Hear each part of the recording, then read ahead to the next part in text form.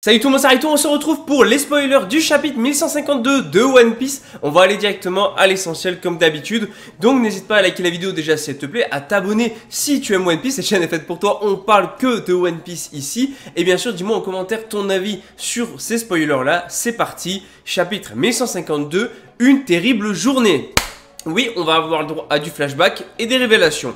Déjà, on a Gaban qui explique en fait que les chevaliers divins ne sont pas invincibles et que Luffy en fait doit améliorer son Haki des rois. Bon, encore une fois, finalement on avait deviné juste, c'était bien lié au Haki des rois. On a Gaban qui dit également en fait qu'il y a plus d'une personne dans l'équipage de Luffy qui peut utiliser le Haki des rois. Et là, Sanji en fait pensait qu'il parlait de lui, sauf que Gaban s'adresse à Zoro. Voilà, désolé Sanji, même si c'est possible qu'à un moment ou à un autre il ait le Haki des rois, mais en tout cas Luffy savait que Zoro l'avait de toute façon. Bon, en tout cas, on a Ajrodin qui dit qu'il ne libérera pas Loki, sauf que Luffy va demander à Loki de rejoindre son équipage. Oh, on se calme Luffy, on se calme Luffy. Et forcément, afin que du coup Ajrodin en fait soit obligé de libérer Loki, hein, puisque de toute façon, il fait partie de la flotte de Luffy. Et là, on a en fait Loki, Ajrodin, Zoro et Sanji qui sont pas du tout d'accord avec le plan de Luffy. En gros, personne n'est d'accord avec Luffy, mais je trouve ça assez marrant. On a également Gaban qui révèle à Luffy, Loki et Ajrodin que lui et Shanks en fait étaient à Elbaf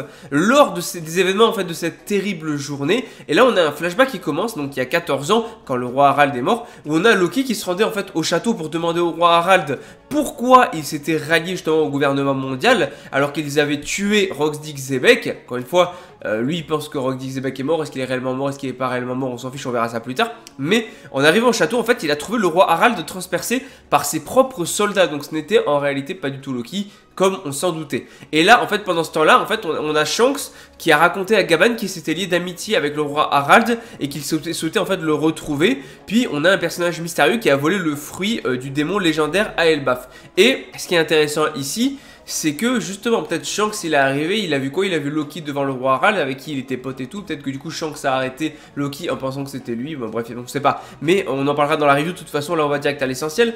Et là on a un autre flashback en fait qui commence à la fin du chapitre. Et cette fois c'était il y a 900 ans où on peut y voir justement un jeune et sauvage Harald qui va semer un petit peu la destruction dans un royaume humain. Voilà, donc chapitre qui s'annonce extrêmement intéressant. Et pas de pause la semaine prochaine.